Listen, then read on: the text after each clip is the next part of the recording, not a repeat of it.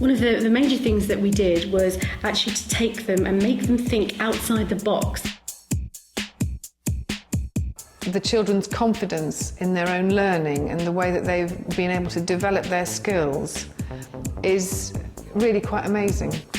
I think actually it's going to be very difficult for heads or senior managers to go into staff rooms and say to the staff, we want you to be creative. The challenge that we now face is to equip our teachers with the necessary skills and give them the freedom to develop creative learning and teaching. This new enthusiasm for creative learning is improving standards across all schools. No matter how good your school is, creativity still has something to offer. At Sadbourne Primary School in Brixton, they have a new head teacher, Lawrence Keel. He's proud of the school's beacon status, but he wants to raise standards even higher. He'll do this by putting more emphasis on creativity in the curriculum.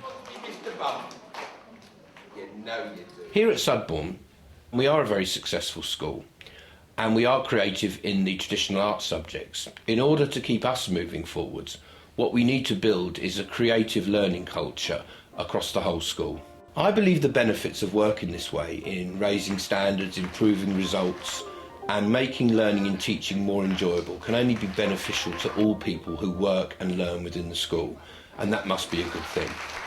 But within his new school, Lawrence's ideas are met with some apprehension by the teaching staff.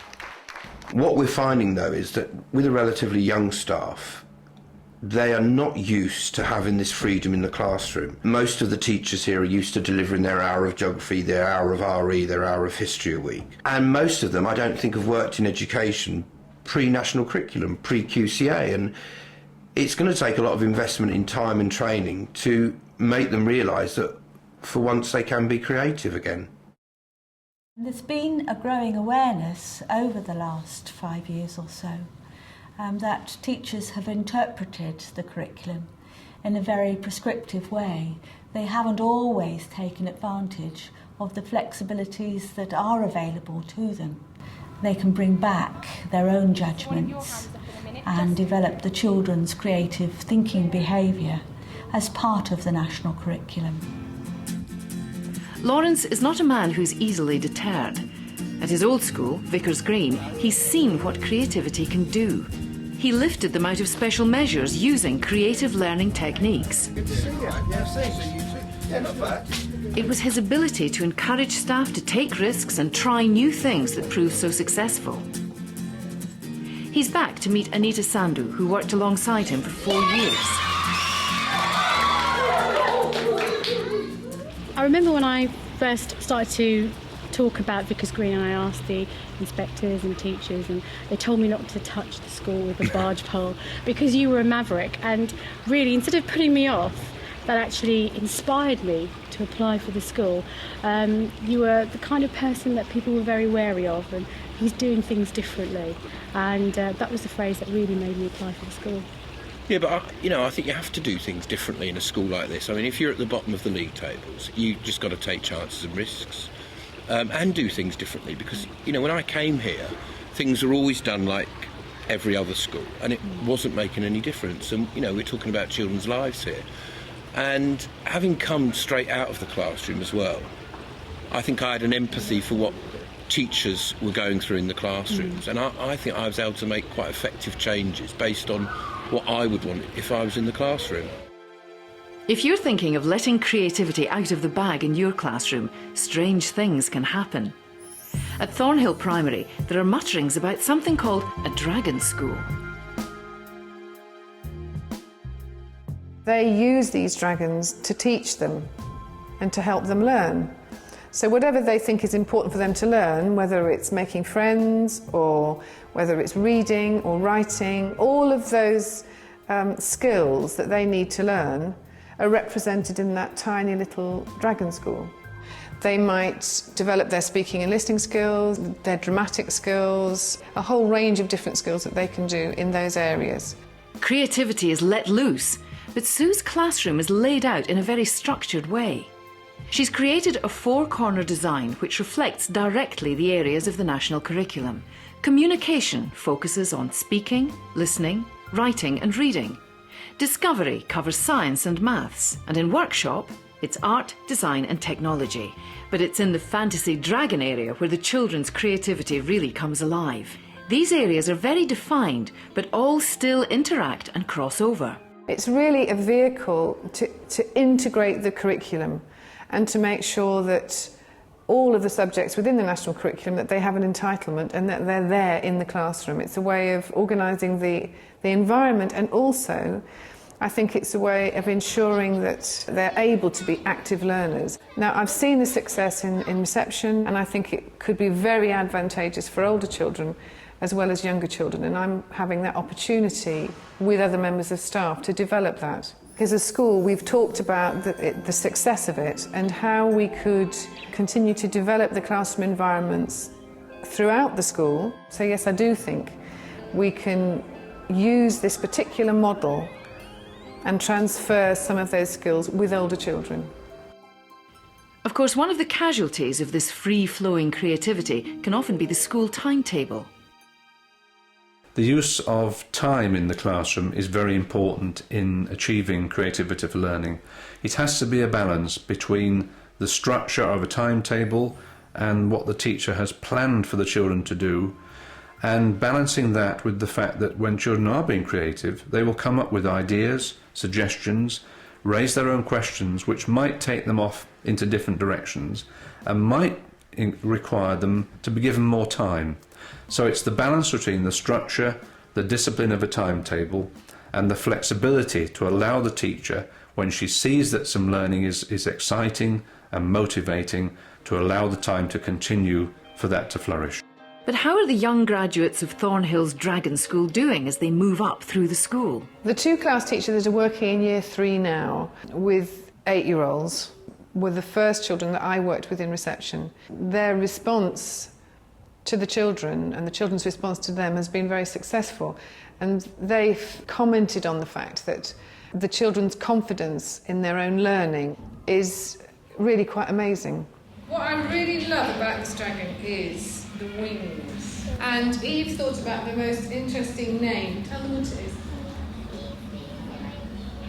It's called Fifi Fireball. Working at Thornhill, working here, I am enthusiastic. I remain enthusiastic after 30 years.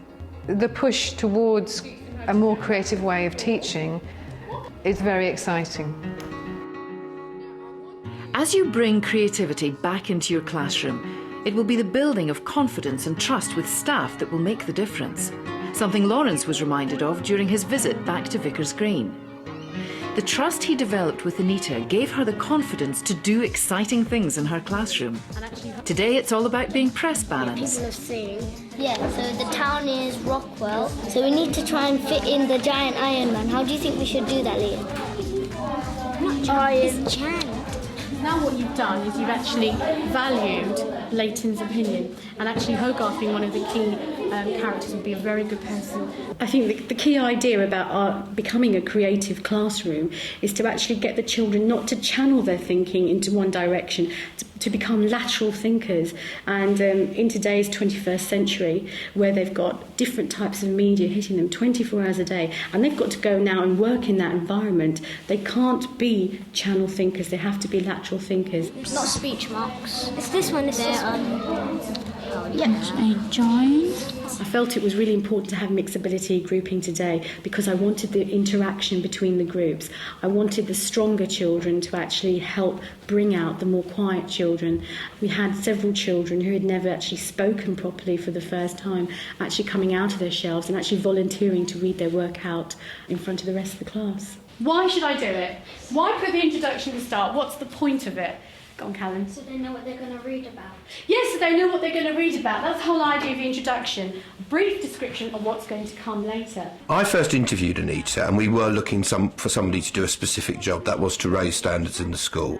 And as soon as I met her and interviewed her, I just knew she was perfect for the job. She was just so enthusiastic, so dedicated. And of course, when I put her into the classroom, she was just superb.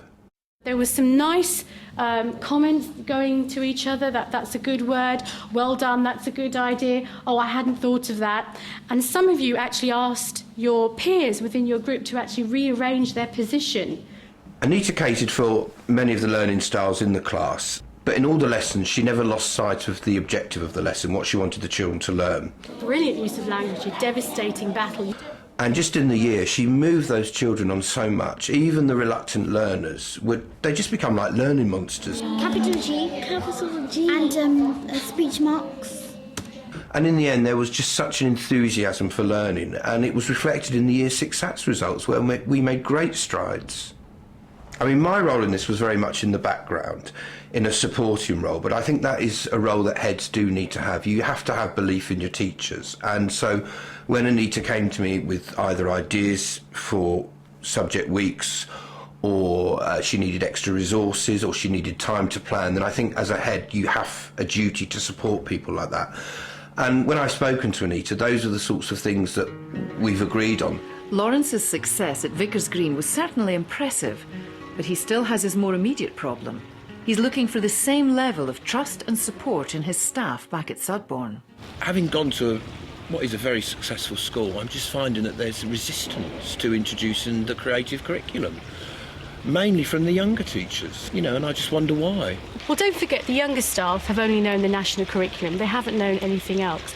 And if you're going to implement that creative curriculum, what you've got to do is have that teamwork, which is key, but a lot of hard work. And when you've got that hard work in, when you've established it, the benefits, as we know, are absolutely phenomenal. Not unreasonably, the Sudbourne staff don't want a more creative approach to undo the good work that helped achieve Beacon status. But creative learning doesn't have to mean a less vigorous assessment of standards within the school. It's very important that teachers assess the way in which children have learnt in this creative context, that any of that learning is taking place within the context of the programmes of study for the national curriculum. And therefore, if it's history, then the children are learning some historical skills or some new knowledge or some understanding of history. And creativity for learning enhances that learning. So it's still very important to assess the subject knowledge and skills that children are developing. If we're saying that creativity for learning is important in its own right, then I think the teacher has to be aware that she needs to assess those characteristics. In a lesson that's just finished, did I give the children any opportunity to ask or raise questions? Did it in any way affect what happened next? Or did I close everything down? Was it all coming from me? What sort of work did it lead to? Was it any better than it would have been if I had not allowed them to ask those questions? So I think the national curriculum programmes of study have to be there, and those characteristics for creativity need to be there too. Vickers Green continues to build on its success, and it's moving up the league tables. Building trust and taking risks with creativity paid off. Sometimes it worked, sometimes it didn't, but I adapted those ideas, and that helped to give me confidence. And with that confidence came the creativeness, looking at everything I do and think, how can I make that better? How can I make that more creative so that the children will be more enthusiastic? This is an exciting time to be in education. I think this drive for creativity is going to bring back this joy of learning and a thirst for knowledge. It makes head teachers' jobs a lot easier if you've got a school full of enthusiastic learners and teachers, and that's great.